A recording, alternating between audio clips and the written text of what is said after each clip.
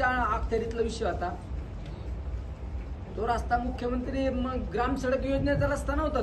तो रस्ता कोणाच्या अखत्यारीतला होता? नॅशनलचा होता ना. नॅशनलचा आमचा डायरेक्टली काही संबंध येत नव्हता ना. जर त्या मुख्यमंत्री ग्राम सडक योजनेचा आहे, MIMJ आपला राज्य सरकारचा एखादा रस्ता जर बंद पडला तर त्यावेळेस त्याला जबाबदार मी असू शकतो. माझ्या मतदारसंघातला असतं तर उद्या प्राजक्त तनपुरेंचा असला तर तो जबाबदार असू शकतो. अजून कुठला आमदार असेल तो जबाबदार असू शकतो.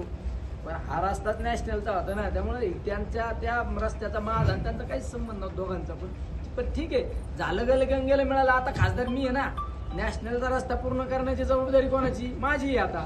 आता मी म्हणणार आहे का नाही तो रस्ता आता माझ्या अखत्यारीतला नाही. आता माझ्या अखत्यारीतला विषय केंद्राचा रस्ता आहे, तर म्हणून रस्ता मला करणं गरजेचं आहे. त्यामुळे मी पहिला पाठपुरावा हाच केला ना. मी जर आमदार असतो तर एवढं दिल्लीला 4 वेळा जाऊन हा पाठपुरावाच केला नसता ना.